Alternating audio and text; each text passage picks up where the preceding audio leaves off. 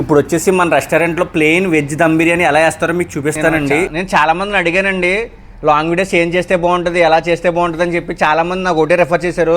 మీ రెస్టారెంట్లో వంటలు ఇవి పెట్టండి, దానికి బోల్ వ్యూస్ వస్తే చేస్తాం, మేము చూస్తాం కూడా అని చెప్పి అంటున్నారు.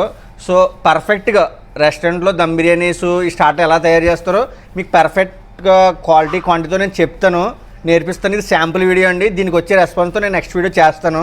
నెక్స్ట్ వీడియో అయితే దమ్ బిర్యానీయే, వెజ్ దమ్ బిర్యానీ అంటే వెజ్ ముక్కలన్నీ వేసి చేస్తారు కదా, ఆ దమ్ బిర్యానీ ఆ ఫ్లేవర్ ఎలా వస్తుందో చూపిస్తాను.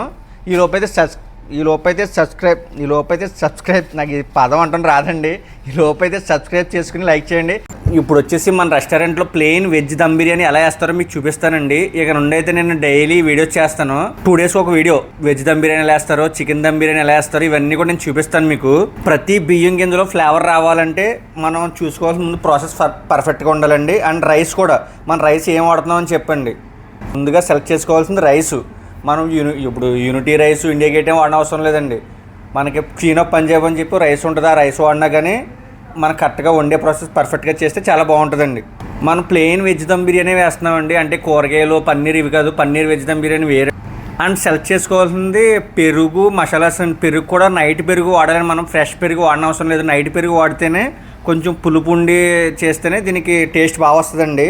అండ్ మసాలాస్ కూడా మనం ఓన్గా మేము ప్రిపేర్ చేసినవి వేస్తాము. ఇంకా నేనేంటంటే ఇదే స్టార్టింగ్ కదండి లాంగ్ వీడియోస్ స్టార్ట్ చేయడము ఈ వంటలవి.